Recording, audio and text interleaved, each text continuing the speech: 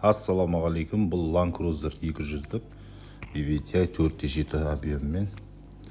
Мұнаның май кетіп жүргендігін себептігін біле алмай біразға дейін жүрдік.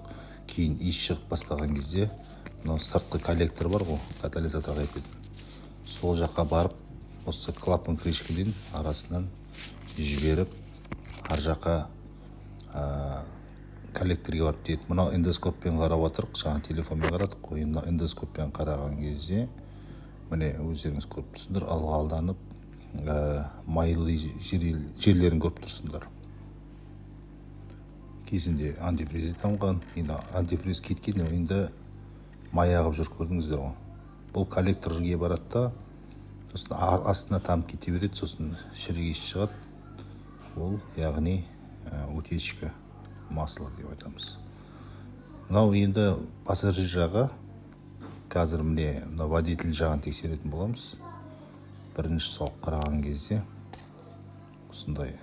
Кезінде мен клапан крышканы қатырғаннан кейін сәл-пәл тыйылған екен. Бірақ әлде де не болып тұр. Мына екінші салған уже сүртіп салдым. Бір көрсетіп жіберейін деп. Мотор жиналған ғой бұрын. Қалай ойлайсыздар? Моторист дұрыс қатырмады ма, әлде өз-өзінен ашылып кете ме сөйтіп? Сол клапан крышканы қатырып тұру керек.